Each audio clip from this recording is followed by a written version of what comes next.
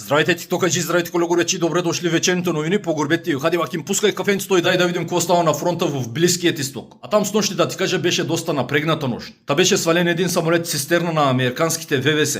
Друг беше поразен, но успя да се прибере до базата си в Израел. Сега, американската страна съобщава, че тя не е оцелена, а е паднала заради технически причини. Иранците казват, ние го учихме. А каква е истината, едва ли някога ще разберем. Но всичко това се разиграва в Ирак. Там, знаеш, има информации, които са поддържани от Иран. Та дали е улучена или не се знае. Знаеш, тези самолети цистерни не са като изтребителите и са по-бавни и стават лесна мишена. Но е факт, че е паднал и екипажите е загинал. Поне Министерството на войната в Америка каза. Знаеш, всяка страна в света си има Министерство на отбраната, само американците си нямат такава, те си имат Министерство на войната. Защото те няма от кой да се отбраняват, те създават войни и си имат Министерство на войната. Та те казаха, не става въпрос за вражески или приятелски огън. Самолетът е паднал поради технически причини. Окей, няма да спорим. Както и да е, снощи имаше и дронна атака срещу база в Ербил, Ирак, в която атака бяха ранени 7 френски военни, двама от които в тежко състояние. Там също е имало и италиански войници.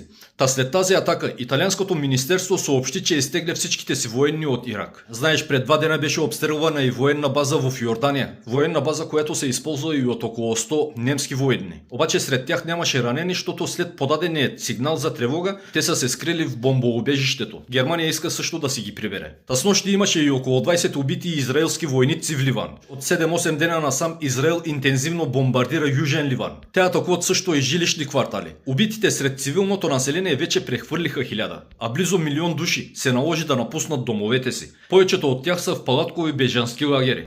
Бежански лагери, които Израел също обстрелва. Онзи ден беше атакувана една такава, в която загинаха 9 души, 3 от които пак са деца. Както и да е, възползвайки се от целият този хаос, нощи Израел решава да извърши сухопътна военна операция в Южен Ливан. Те навлизат със своите части там, но знаеш, Южен Ливан се контролира изключително от бойците на Хизбула. Те там са съсредоточени най-много. Та след като Израел започва сухопътната операция, група войници попадат в засада. Срещу тях се стреля с гранатомети и тежки картечници. Та в тази засада са убити най-малко 20 израелски войници. Официално Израел не съобщава за точната бройка. А в Оманският проток с нощ беше ударен един петролен танкер на Тайланд. Та всеки дава жертви в една война. В една безцелна война. Война, която нямаше абсолютно никаква цел.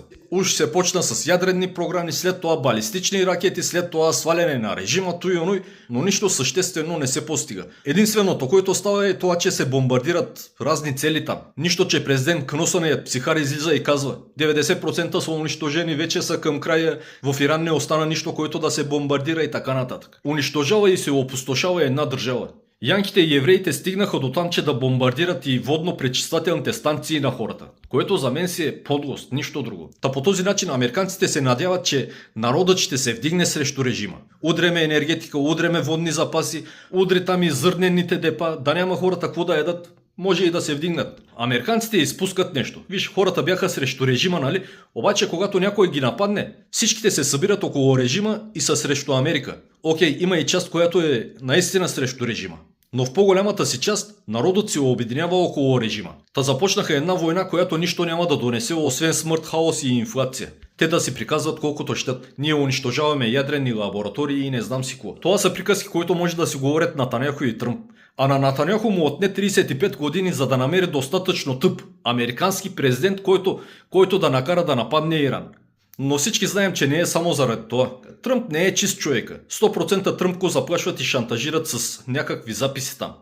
Мепштайн, каквото е. Знаеш, Тръмп си има такива наклонности. През 90-те имаше доста обвинения срещу Тръмп. Блудство, изнасилване и така нататък. Такой знае какви ги е вършил в острова на ужасите на Епщайн. А какво прави Европа в тази цялата ситуация? Ами тя по всякакъв начин се опитва да потиска инфлацията, да потиска цената на горивата. А доколко ще успее? Още тази война колко ще продължи, ще поживеем и ще видим. А до тогава живи, здрави и до нови срещи.